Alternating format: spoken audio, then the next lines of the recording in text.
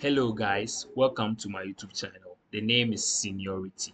Today we'll be looking at the urea cycle. It occurs primarily in the liver and its primary function is to convert highly toxic ammonia, a byproduct of protein and amino acid metabolism, into a much less toxic compound which called urea. So this urea is much less toxic. And let's look at the diagrams that we have. So the first step is the phosphate. So if there is carbonyl phosphate, if we need to get this carbonyl phosphate, we then need carbon dioxide and ammonia which react together to get the carbonyl phosphate. And this carbonyl phosphate is found in the liver. So this carbonyl phosphate reacts with ornithine, which is non-essential amino acid. So this ornithine reacts with carbonyl phosphate in the reaction to form citrulline. And also the citrulline reacts with aspartate to form adenosine, and then adenosine is converted to arginine and also the arginine and also to the urea and so on and so forth. So let's look at our first diagram.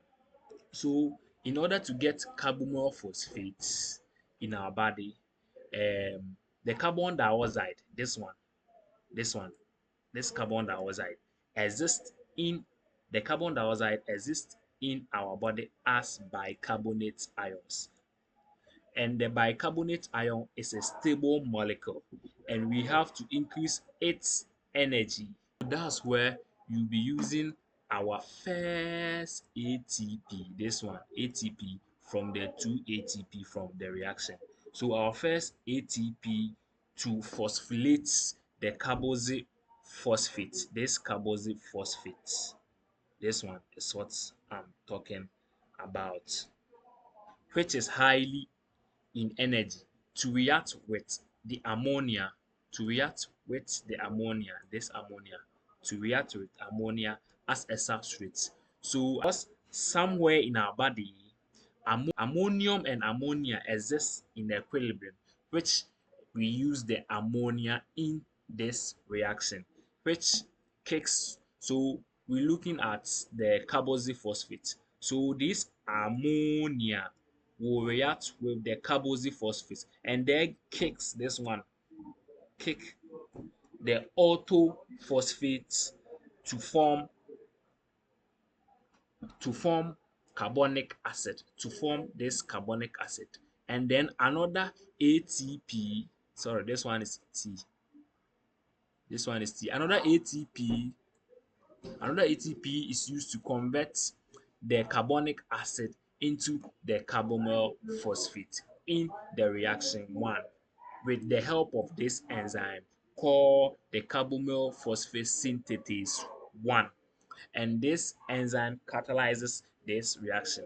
And before this enzyme can work, it needs the substance known as acetylglutamate to be activated. This acetylglutamate will activate this reaction. And the N-acetylglutamate is produced from glutamate plus acetyl-CoA. So this first reaction occurs in the matrix of the mitochondria to the second reaction. So when we get the carbonyl phosphate, the carbonyl phosphate in this reaction reacts with ornithine, a non-essential amino acid. And this ornithine is a non-essential amino acid and cannot be used to synthesize protein. Sorry. So this carbonyl phosphate reacts with ornithine to produce citrulline with the help of this enzyme called ornithine transcarbamylase. Ornithine transcarbamylase catalyzes the transfer of carbonyl group. This also occurs in the mitochondria of the liver. So when we get this citrulline, then citrulline will move out of the mitochondria into the cytoplasm. And this citrulline will come to bond with aspartate. In our first reaction, this is the first reaction where we get the carbonyl phosphate.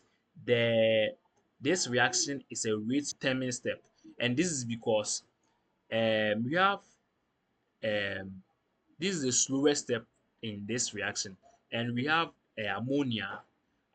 So we get one of the nitrogen from this. So our first reaction, this is where our nitrogen comes from. So when you look at the third reaction, the aspartate brings us our second nitrogen. From the aspartate, you can see that there is NH2 here.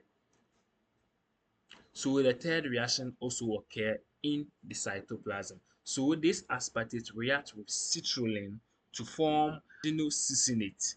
And this adenocyanate, our second reaction, the aspartate reacts with the citrulline to form adenocyanate with the help of enzyme adenocyanate synthetase. So in this reaction, you can see that we want to remove the carbon structure here and maintain the NH2 so that this will be used to form what is known as the fumarate in the fourth reaction. So this the enzyme involved is the adenocyanate synthetase. So in this reaction, you see that the ATP, this ATP is converted into AMP and PPI.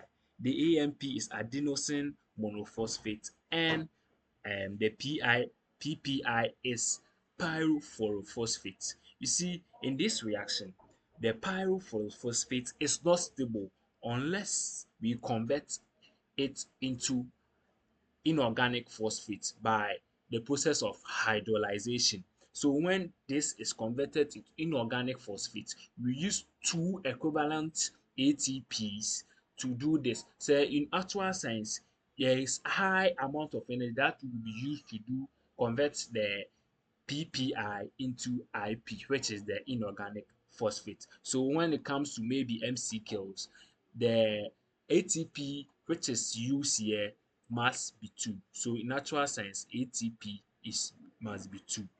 So let's look at the fourth reaction. So the fourth reaction, we have adenocyanate. Adenocyanate, what we get from the reaction 3. Adenocyanate. So adenocyanate is then converted into adenine and fumarate by the enzyme adenocyanate. So this adenine will move into the next reaction and the fumarate will move into the Krebs cycle. This is what I'm called the fumarate. The fumarate will move into the Krebs cycle. So on our fifth reaction, we have the adenine. So the adenine, this enzyme, we have the adenine, and this enzyme will catalyze the adenine into ornithine and urea. So this ornithine moves back into the cycle again, and the urea is excreted from the body. The urea goes into the kidney and then excreted from the body. So the structure for the urea is this one. We have the structure of the urea. So you see that this urea that I'm talking about, we have NH2 and another NH2 here, there another NH2 here. The first NH2 is from this reaction, the first reaction. That's where we got our first nitrogen. And this NH2 is from our third reaction, which is the aspartate. So this nitrogen comes from here, and here is carbon dioxide. So this carbon dioxide is also from reaction 1. This reaction, carbon dioxide from reaction 1. This is carbon dioxide from reaction 1. And then the oxygen, this is oxygen. This oxygen, the oxygen. Oxygen is also from the fifth reaction where water was added. This oxygen is from here. So this is the structure of the urea. Another one is here, the structure of the urea. This is the structure of the urea. This is the structure of the urea. Yes, this is the structure. So now let's look at the overall net reaction. So we have carbon dioxide plus ammonium plus water plus 3 ATP plus aspartate going to urea, then 2 ADP, then AMP, then inorganic phosphates, and then pyrophosphate, and also fumarate. So the carbon dioxide from this reaction, the first reaction, as I said, from the bicarbonate, and also the ammonia is also from the first reaction where ammonia is breaking down, and also the two water, the first one is from the carbon dioxide, where the carbon dioxide is converted into bicarbonate in our body, so the two water. So the second one is from the fifth reaction, where the this thing is here, the water was added. This one, the fifth reaction, this one is what I'm talking about.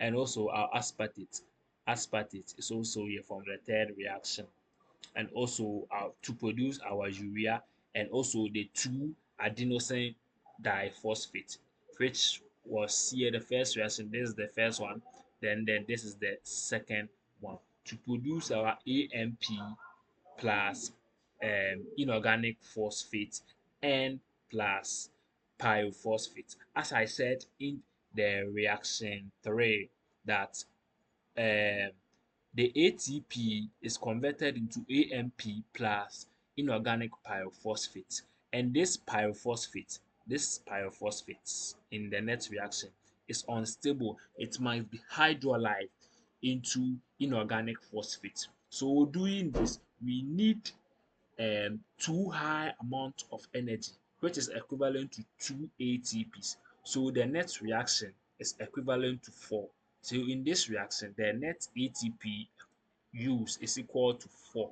The next ATP used is equal to 4. So when you see this in MCQs, then it asks you that the ATP used is 3. It's not 3, it's 4. It's 4. So that's all for the urea cycle. I hope you learned a lot. Thank you. See you at that time. Stay blessed. The name is Ajay Obed. Thank you very much. Bye.